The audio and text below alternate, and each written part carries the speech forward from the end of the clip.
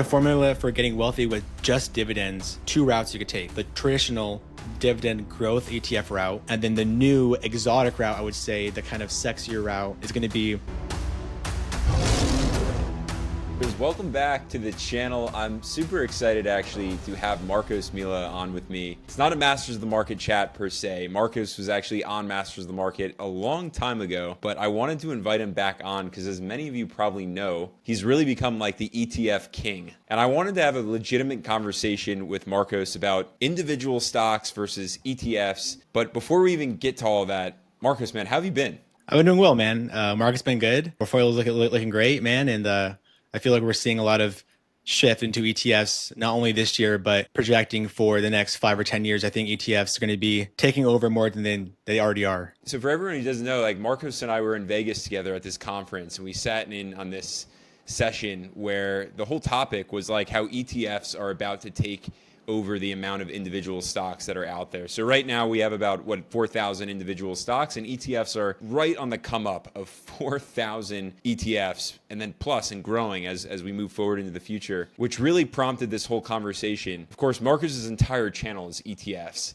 Now, for a long while, we've seen on YouTube everyone searching for like best stocks to buy now, best dividend stocks to buy now. And really recently, we've seen best ETFs to buy now, or monthly paying ETFs, or whatever it might be. It's just ETFs are now in the title. Marcos, what do you think it is about ETFs that is gaining in popularity, and are guys like me toast?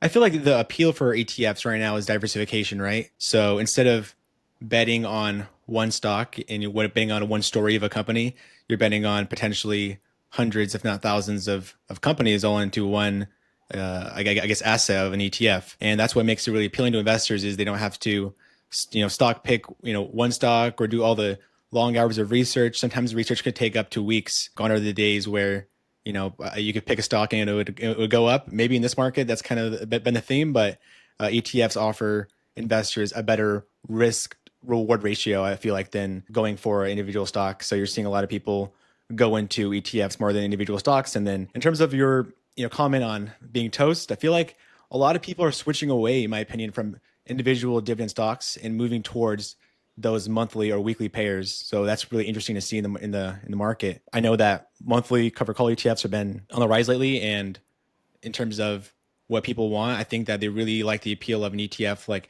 for example, like a covered call ETF, where you could get income off of your your investment, but also see some upside growth as well. So you're seeing really a big rise and a movement towards ETFs, in my opinion, more than individual stocks or even individual dividend stocks. So, first of all, you've always been an ETF investor from what I recall. And as much as I think I've thrown comments your way, it's like, when are you going to get invested in individual stocks? You've been like, we'll see. Has your biggest push though towards ETFs just been because of diversification? And can't that just be achieved? For example, I have 2 ETFs in my portfolio, my foundational ETFs. Of course, they are built to last, if you will. But on top of that is where I feel like I've made a ton of profit with these individual stocks. And depending on how you play your hand with individual stocks, you could still achieve diversification. My portfolio has still been ETFs. How many are in there right now? Right now, there is a total of 6. So 6 ETFs. 6 ETFs. But mainly I'm concentrated in about 70% of the portfolio of all my accounts is only in the S&P. So, yes, I might have some other ETFs, but they're kind of there in a lower capacity, just because my main strategy has always been in S&P. In terms of adding more ETFs, I think that I'm pretty happy with where I'm at. I don't see myself adding any more ETFs. I think that beyond a few, maybe 4 or 5, I think that's kind of when you get spammy. But in terms of the popularity, it's definitely, I've seen a shift towards people going to ETFs also because they've been like actively managing the portfolio with ETFs.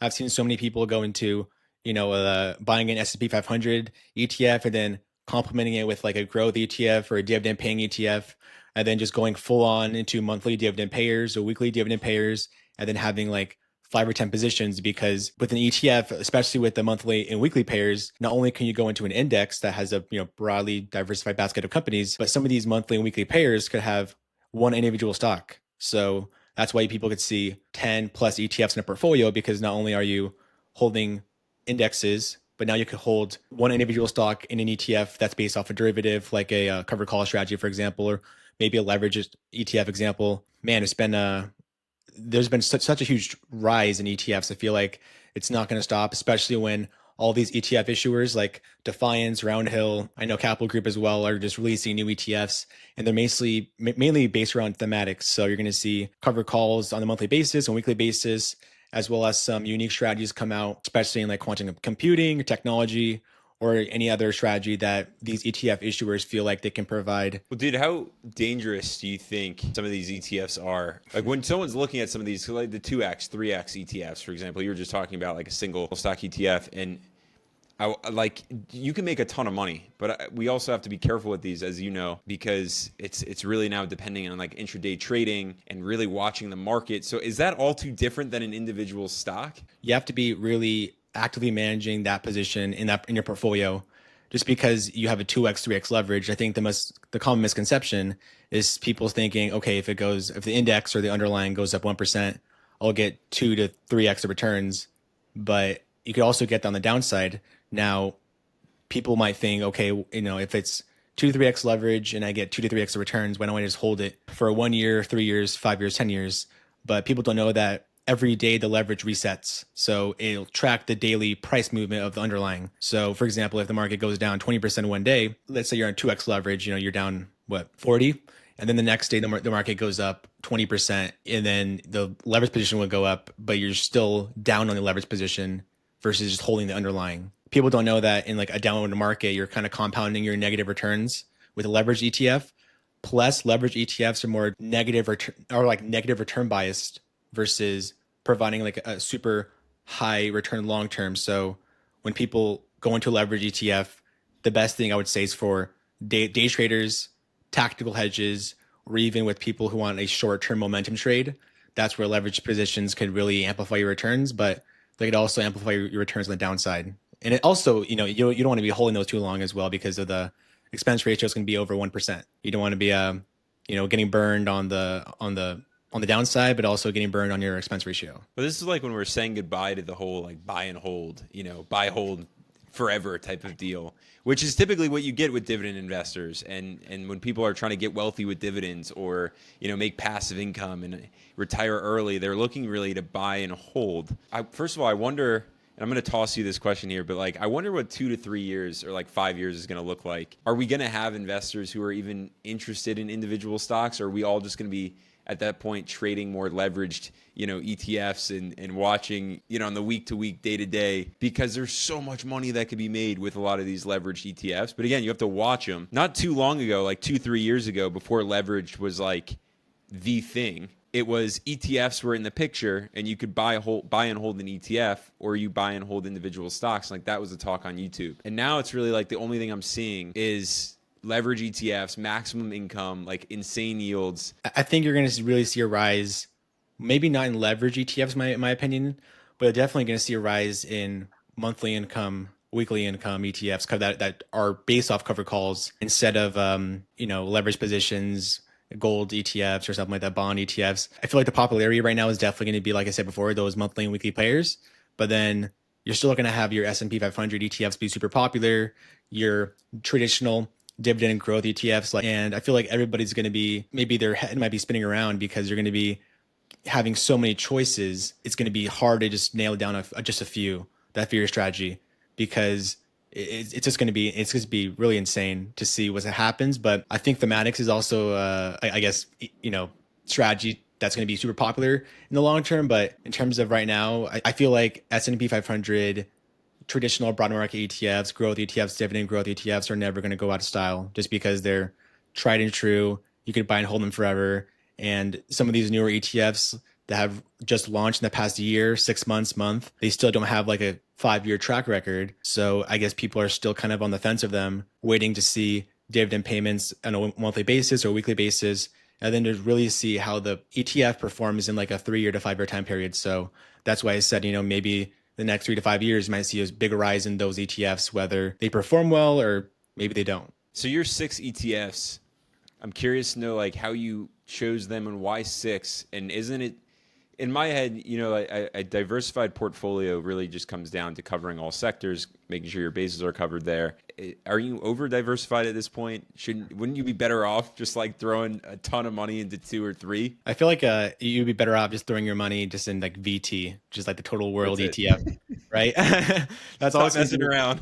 that's always going to be the answer from financial advisors, from CFAs, from professional level investors. But I feel like as for something like myself, I feel like having a channel kind of makes things interesting to have other positions than just like a S&P 500 ETF, which I was only at one point. My 401k, there's only target date funds, or there's a bond ETF, and then there's like mid caps, and then there's VTI. So I feel like the best decision for me, my age and my risk tolerance, was 100% to go into VTI. So that's my 401k. And then my Roth IRA, I wanted to be more aggressive with that one, but not super aggressive. So the top position, I believe it's like 60% of that account is SCHG, which is a large cap growth ETF. And then the second highest position, that one is going to be VOO, broad diversified exposure. And then DGRO, which is a dividend and growth ETF, which I like a lot. And then of course, the methodology is based off of dividend and growth. And then my taxable account is, I think it's like 70% or 65% VOO for like NASDAQ 100 exposure. I'm a big index guy.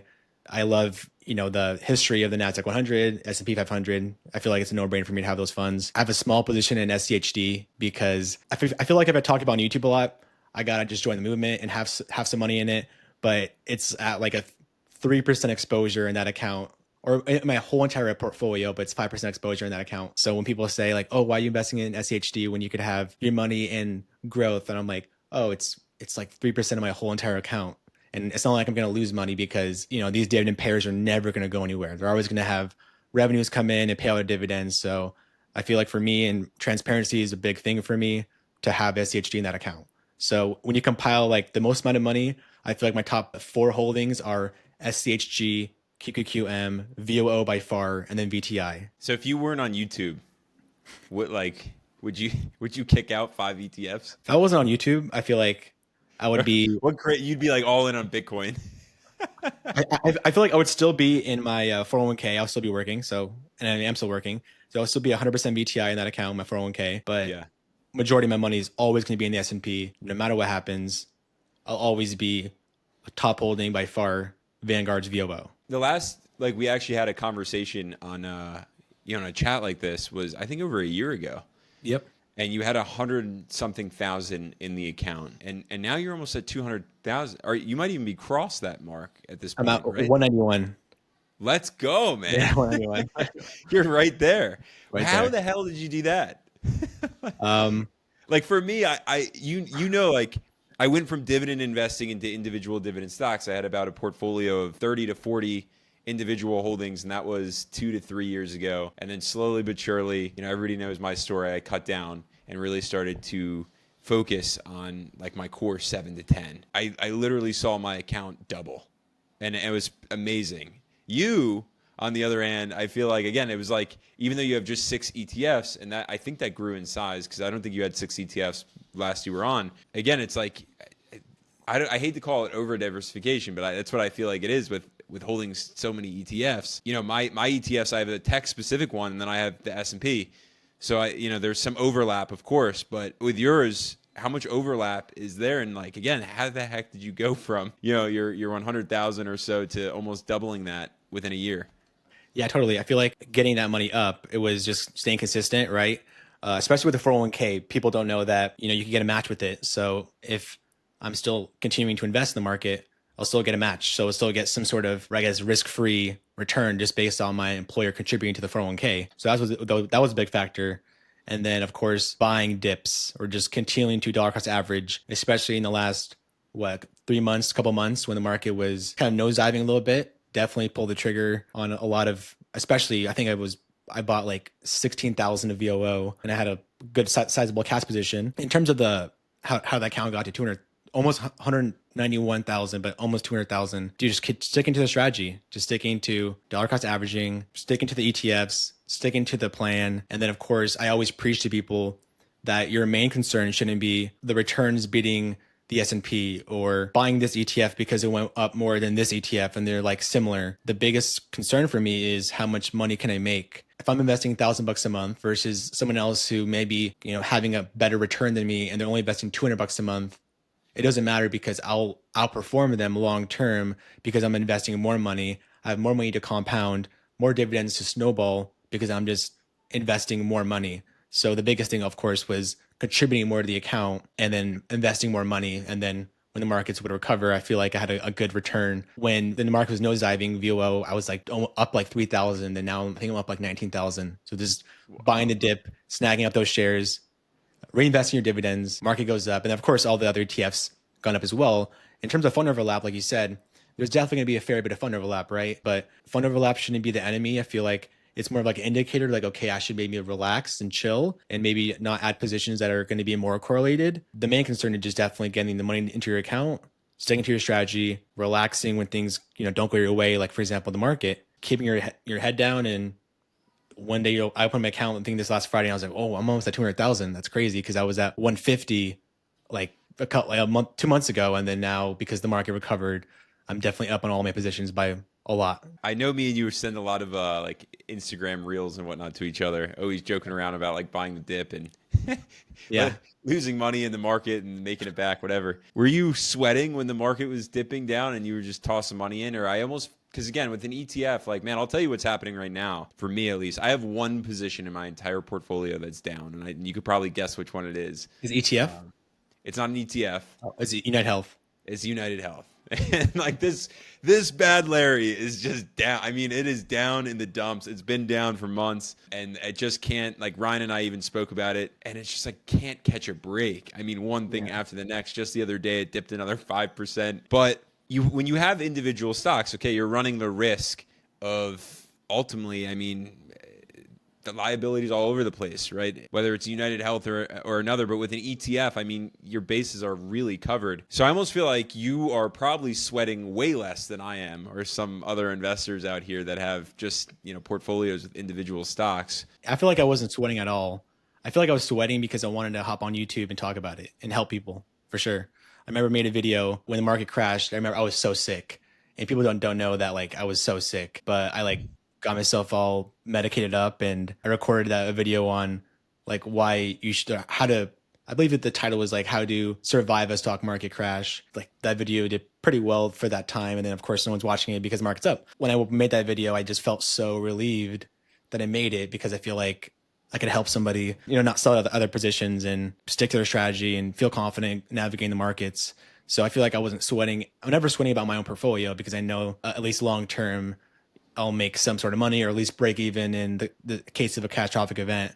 But I have more anxiety and more concern about my viewers. I hope people know that because I take like everything super seriously with the channel, especially if I like have one wrong number or I say one wrong thing or I didn't include this, or I watched the video back and I'm like, oh, I should have included a segment about talking about a Roth IRA and why you should have a dividend stock in it because of the tax benefit. I really beat myself up when I don't do that. So I'm more concerned about the viewer more than myself, which is, I feel like that's a good thing, but like also be a curse because I'm always checking. I feel like ever since this year, the channel has been just taking off.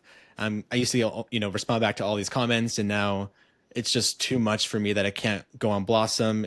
I get Blossom DMs all the time about questions, email, YouTube comments, and like I can't do it anymore in terms of responding back to every comment. So I'll try to get back to them, but man, I'm never sweating. I think the only thing I was sweating about, I will admit, was That should be your automated response, man.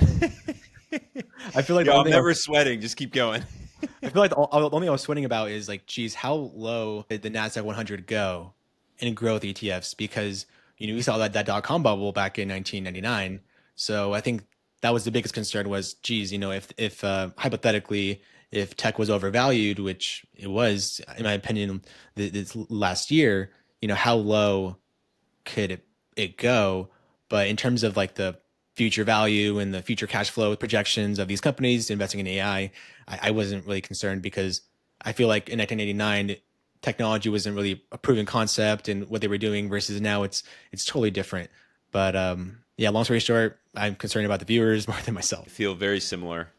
I almost feel like now I'm in such an interesting point because, again, I'm an individual stock guy. I really love doing the research on individual businesses. I always picture myself at like I don't know, the board meetings or at the executive table and like, okay, if I was running this company, like, how would I get into gear with this executive team, or do I agree with them? Do I not? Looking at the financial statements, I love it. And I feel like that fun goes away when you're investing into ETFs because you really don't need to do that.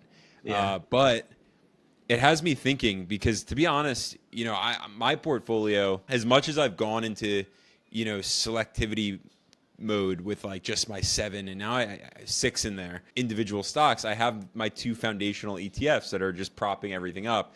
So it's not as risky as it all looks. And I got to be honest, man, it feels great to not have to like worry all that much because I'm like, just keep throwing money, like you said, keep throwing money in because these are just ETFs at the end of the day, which kind of begs the question that I wanted to ask you, and it's why I wanted to bring you back on.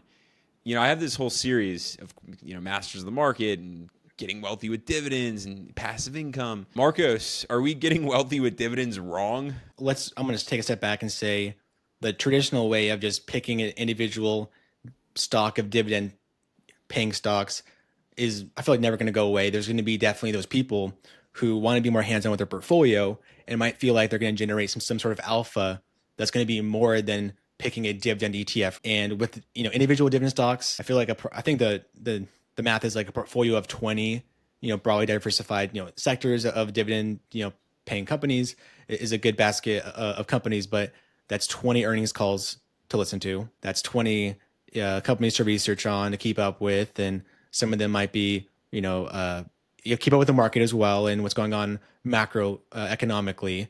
But in my opinion, if you're going to be an individual or a dividends investor, you're going to see a big shift in those people going towards ETFs because of the diversification that it provides and the less research that you have to do. In terms of doing it wrong, I feel like there's meant to be no right or wrong answer.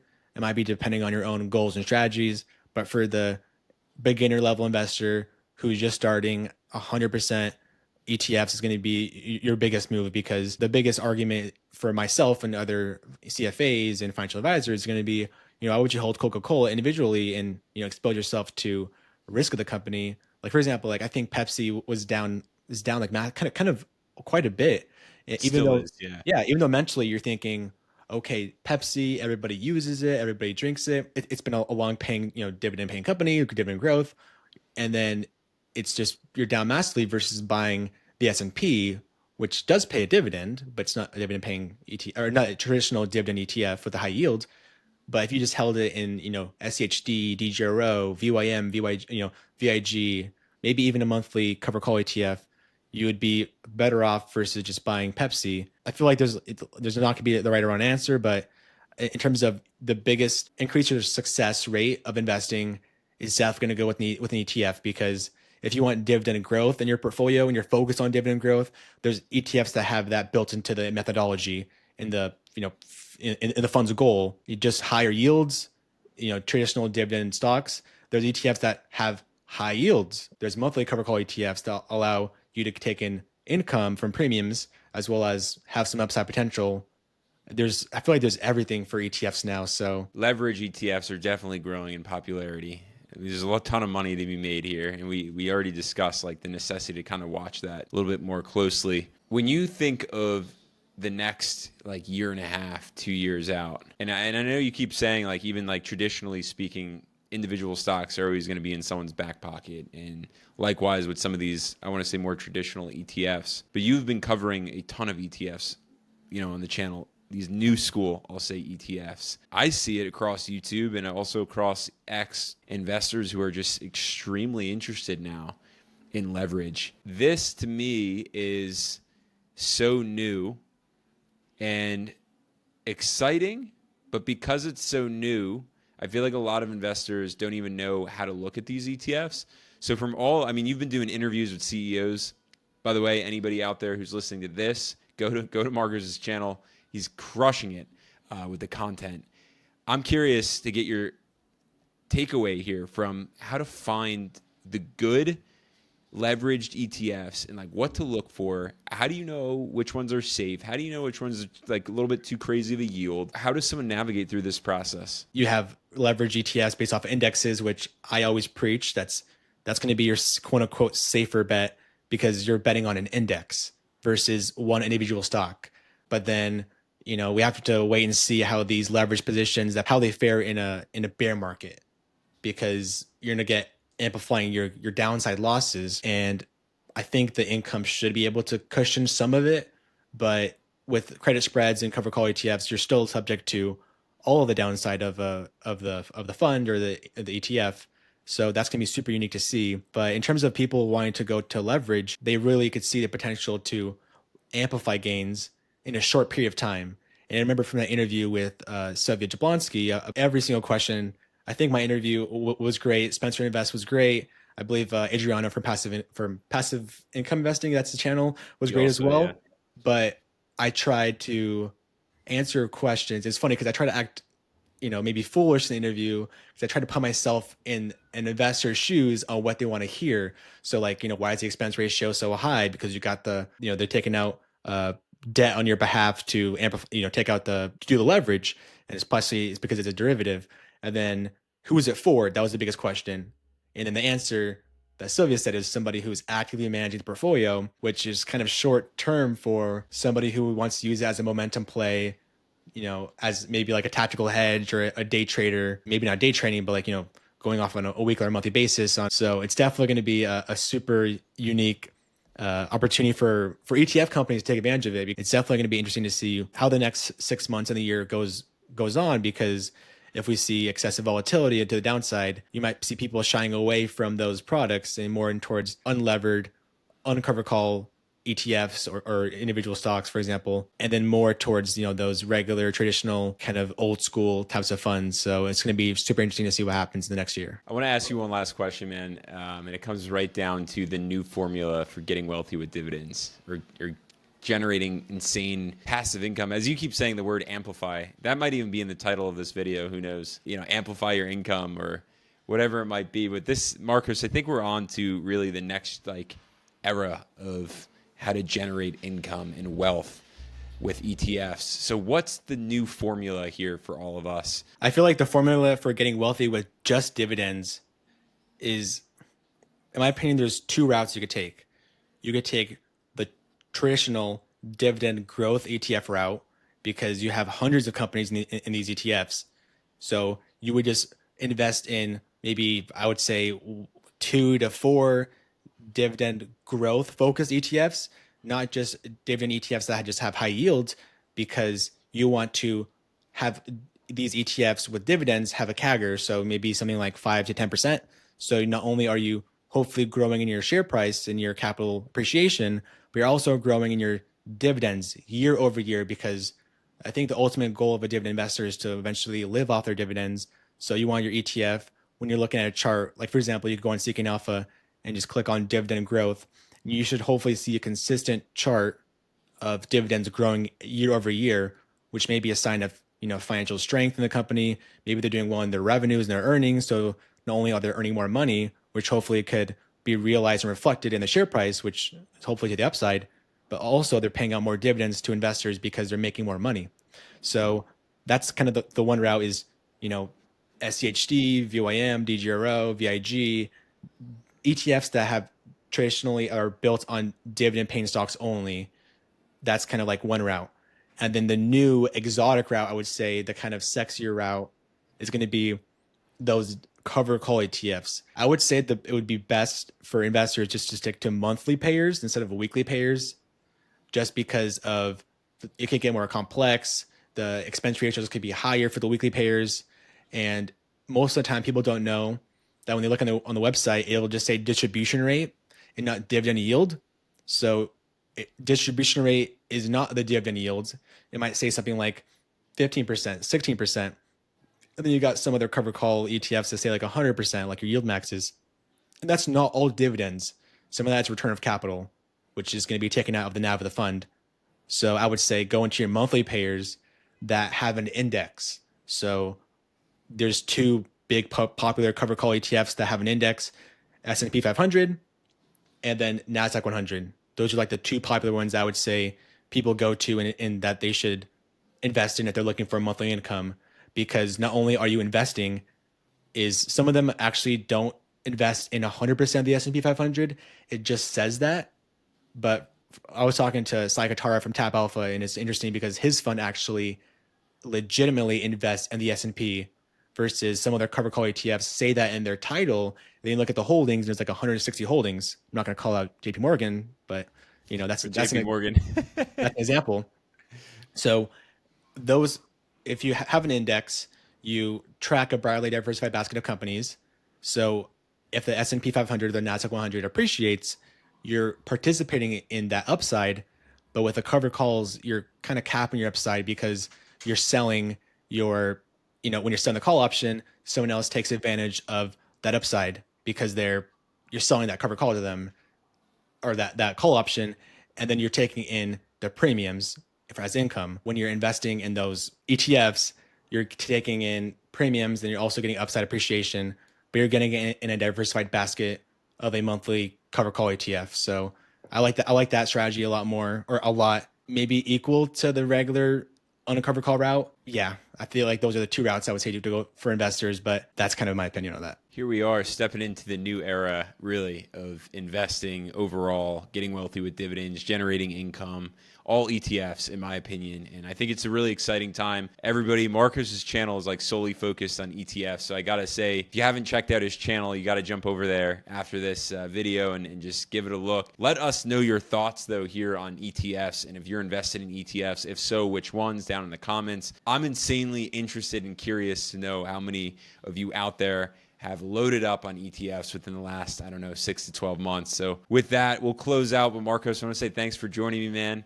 And I hope to have you back on some more ETF talk soon. We'll get more into maybe leveraged, a lot of interesting things to come. But investors, until the next video, we'll catch you all in the next one.